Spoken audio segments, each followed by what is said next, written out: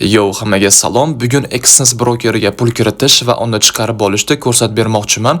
Agar sizga bu tema tanish bo'ladigan bo'lsa, shunchaki videoga like bosib chiqib ketishingiz mumkin. Bu temani so'raganlar obunachilarim orasida juda ham ko'p. Shu bilan brokerlar temasiga bag'ishlangan video formatiga ham yakun qilsam kerak. Undan keyin eski format o'zim qiladigan savdoyimni yana kanalga joylab borishga harakat qilaman. Tak, hozirda men Exness brokerdagi shaxsiy kabinetimdaman. Mana bu joyda MetaTrader 5 Pro oxirgi raqamlari 4402 bilan tugayotgan va income fix bo'lgan savdo hisob-to'rimga pul tashiyman. Aytgancha, agar siz yangi bo'ladigan bo'lsangiz, men Exness brokerni interfeysi, uni savdo akkaunt hisob turlari, ularni ochish, sozlash, MetaTrader 5 ga ulash, ro'yxatdan o'tish, verifikatsiya qilish bo'yicha alohida videolar tayyorlaganman. Kanalimga kirib ko'rib olishingiz mumkin. Xo'p, hozir bo'lsa, depozit qilishga qaytamiz.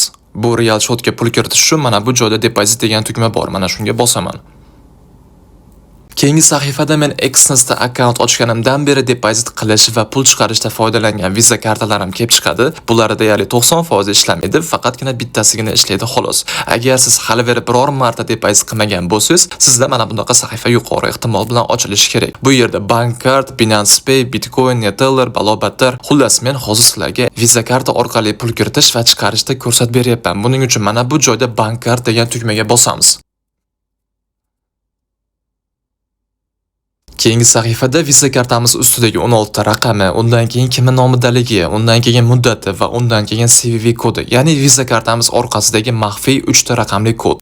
Undan keyin to account degan joyga qaysi savdo akkauntiga depozit qilyapmiz, shuni tekshirib olamiz va amount degan joyga qancha summa depozit qilyapmiz, shuni kiritamiz va oxirida dollar yoki yevro, shuni ham belgilaymiz. Tak, ma'lumotlarni kiritib bo'lganimizdan so'ng pastda continue davom etish degan tugmaga bosamiz. Keyingi sahifada bir qator tekshirib olishimiz uchun bizga ma'lumotlar taqdim qilyapti. Qaysi to'lov sistemasi orqali qancha summa komissiya bormi yo'qmi, qaysi savdo akkauntiga ko'rib tekshirib olganimizdan so'ng pastda confirm degan tugmaga bosamiz. Odatda Exnessda pul kiritishda ham chiqarishda ham hech qanaqa komissiya yo'q. Shu paytgacha men ko'rgan pul kiritish va chiqarish eng zo'r bu faqat Exnessda.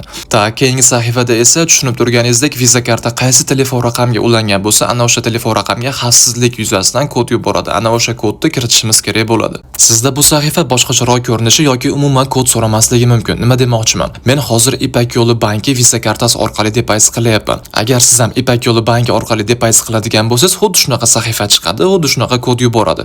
Agar siz Capital Bank yoki boshqa birorta bankda Visa kartasi orqali depozit qiladigan bo'lsangiz, dizayni, ko'rinishi, interfeysi boshqacharoq bo'lishi mumkin, lekin ularda ham kod yuborishi ehtimoli katta. SMSdagi kodni kiritib bo'lganimizdan so'ng mana bu joyda tasdiqlash degan verify degan tugmaga bosamiz. Xo'p, endi bo'lsa tekshiramiz. Davayte bosh sahifaga qaytamiz. Yuqoridagi Exness degan tugmaga bosamiz. Vot mana oxiri 4402 bilan tugayotgan Income Fix nomli Pro akkauntiga $100 pul tushdi. Endi bo'lsa mana shu pulni chiqarib olishda, yechib olishda ko'rsatib beraman. Buning uchun mana bu yerda pul yechib olish degan. Qanaqa o'qiladi bilmadim. Withdraw, вообще farqi yo'q. Mana shunga bosamiz, короче. Yana o'sha pul kiritish va chiqarishda foydalangan Visa kartalar tarixi menda kelib chiqyapti. Bu sizni umuman chalg'itib qo'ymasin. Agar siz faqatgina bitta Visa kartadan foydalanadigan bo'lsangiz, sizda bu yerda faqat birgina Visa karta chiqib keladi xolos. Shu joyda muhim bir eslatma. Aksariyat brokerlarda bo'lgani kabi Exness brokerida ham bunaqa politika bor. Ya'ni siz Visa yoki Mastercard orqali depozit qilishda foydalanib, keyin pulingizni boshqa to'lov sistemasi orqali chiqarib ola olmaysiz. Misol uchun aytaylik, men pastga tushaman va mana bu joyda Tether USDT orqali pulimni chiqarib olaman deydigan bo'lsam, mana bu joyda qizil yozuvda menga juda ham chiroyli qilib eslatma beryapti. Agar sen Visa yoki Mastercard orqali depozit qiladigan bo'lsang, pulingni faqat Visa yoki Mastercardga chiqarib olishing mumkin, deyapti. Shu joyda yana bir muhim eslatma, bu faqat birinchi qilingan depozitga taalluqli. Misol uchun men Visa yoki Mastercard orqali $500 depozit qildim. Keyin uni razgon qilib $1000 ga ko'tardim. Va shu joyda agar men barcha pulimni chiqarib olmoqchi bo'lsam, birinchi depozit qilingan summa $500 da Visa yoki Mastercardga chiqarib olaman, ya'ni refund qilaman. Odatda refund qilingan pul 2 ish kuni yoki 48 soatda yetib keladi. Va bu yerda qolgan $500 qilingan profiti bo'lsa, xohlagan to'lov sistemasi orqali chiqarib olishim mumkin. Shuni esdan chiqarmanglar. Xo'p, bo'lmasa qaytamiz. Davayte mana bu joyda yana pul yechishga bosamiz. Keyin mana bu joyda depozit qilishda foydalangan Visa kartamni tanlayman.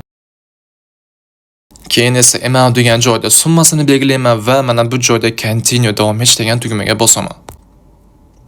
Keyin bir qator tekshirib olib va e'tibor beradigan bo'lsangiz, yana no commission, ya'ni Exness brokerda pul kiritish va chiqarishda hech qanaqa komissiya yo'q. O'ylashimcha bu juda ham zo'r holat. Shuning uchun ham Exness brokeri Trustpilotda ham 4.6 ball olgan ekan. Trustpilotda 4.6 ball olishni o'zi bir juda ham qiyin narsa. O'ylayapsizlarmi? 4.6. Xo'p, ma'lumotlarni bir qator ko'rib olganimizdan so'ng yana pastda ana o'sha confirm tugmaga bosamiz. Keyin pul yechib olishga yuborayotgan so'rovimizda tasdiqlashimiz kerak bo'ladi. Xususan menda Google Authenticator, ya'ni ikki bosqichli himoya tizimi. Sizda bu SMS bo'lishi mumkin va shu jumladan Google Authenticator bo'lishi mumkin, Gmail pochtaga kod yuborish bo'lishi mumkin. Exness brokerni ro'yxatdan o'tish va verifikatsiya qilish borasida joylagan videoimda mana shu himoya sistemasini Gmail pochtaga kod yuborishga o'tkazib qo'yishda o'rgatgan edim. Agar shunaqa qilgan bo'lsangiz, ishingiz ham oson bitadi. Agar sizda telefon raqamiga kod yuborish orqali tasdiqlash bo'ladigan bo'lsa, kod yuborishda bosing va undan keyin bir muddat kuting. Kod kelsa keldi, agar kelmaydigan bo'lsa 10-15 minut kuting, mojit kelib qolishi mumkin. Agar shunda ham kelmaydigan bo'lsa, ana o'sha men ro'yxatdan o'tish va verifikatsiya qilish bo'yicha joylagan videomni bir qator ko'rib chiqing. Foydali bo'ladi. Xo'p, men bu joyda text kod qilaman va endi bu joyda Google Authenticator'dagi kodni kiritishim kerak bo'ladi. Kodni kiritdim va tasdiqlandi.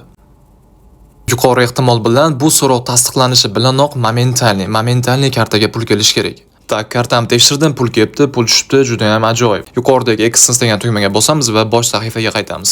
Vot, mana bosh sahifaga qaytadigan bo'lsak, income fix oxiri 44.02 bilan tugayotgan savdo akkauntimda balansi 0 USD turibdi. Xullas, pulni yechib oldim. Agar siz ham pul kiritish va chiqarishda xuddi men kabi ketma-ket bajaradigan bo'lsangiz, javob beraman, hech qanaqa muammo bo'lmaydi. Bo'lmasa o'rtoqlar, mana shu joyda sizlar bilan xayrlashaman. Keyingi videoda ko'rishguncha hammaga xayr.